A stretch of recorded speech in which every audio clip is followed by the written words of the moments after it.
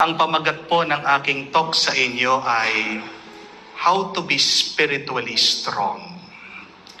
Paano tayo magiging malakas at matatag sa gitna ng ating mga pagsubok at problema sa buhay. Gaano po kabigat ang isang kaban ng bigas? 50 kilos. So ang kalahating kaban ay 25 kilos. Ang tanong ko po, kaya niyo pong buhatin yun? Maaari yung 25 kilos. Pero kung yun yung inyong trabaho, kakayanin niyo po ba? Mahihirapan kayo. Paano niyo po makakayang buhatin yun buong araw? Kailangan kang mag-ensayo. Amen? You have to practice it. Pero yung hard labor, yung mabigat na trabaho, hindi po para sa lahat ng tao. Amen? Kaya nga, kung hindi mo kaya yung hard labor, ano yung para sa iyo? You need to use this. Your intellect. Pero, paano mo makakayanan naman yung palaging mag-isip na mag-isip? Again, you have to train, you have to discipline, you have to educate yourself. There are people who are strong physically. Amen? And yet, there are people, even if they are not strong physically, they are strong mentally. At yan po yung trabaho ng iba sa inyo. Di po ba?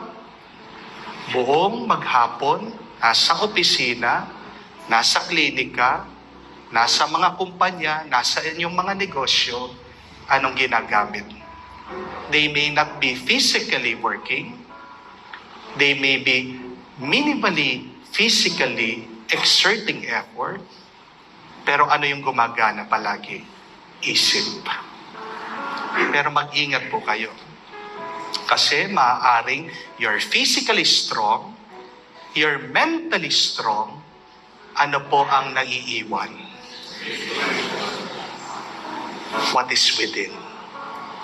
Ang tawag po natin ay emotional, psychological, and spiritual aspect. Psycho-spiritual sphere of our life. At napakahalaga po na palakasin natin yan. Dahil napakarami pong mga tao ngayon, makikita mo sa itsura nila, mukhang walang problema. Mukhang ayos. Di po ba? Pero mabibigla ka, pag nagbukas siya ng kanilang problema, napakalalim pala, napakagrabe pala, napakalala pala ng pinagdadaanan nila. They are physically fit, they are mentally strong, but they are weak emotionally, psychologically, and spiritually. Remember, my dear friends, that as a church, we are journeying. Kaya nga po ang tawag nila sa atin ay, we are the pilgrim church. San po tayo papunta?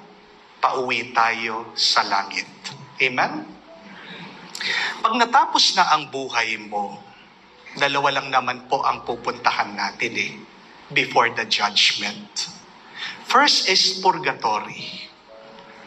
Pag meron ka pa rin na kailangan linisin na pagkakasala sa iyo, you go there in the purgatory.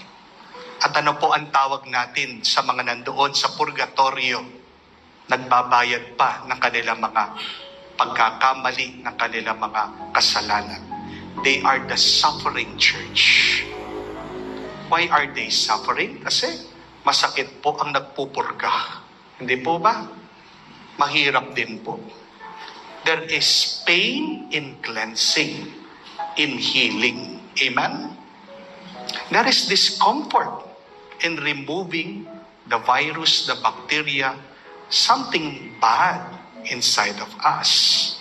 So that is why they are called the suffering church. But after the cleansing, saan na po pupunta? hopefully, in heaven. At sino na po ang mga nandoon sa langit? They are what we call the triumphant church. Ang iglesia, ang simbahan na nagwagi na. They are the angels, they are the saints praying for us. They have won the race.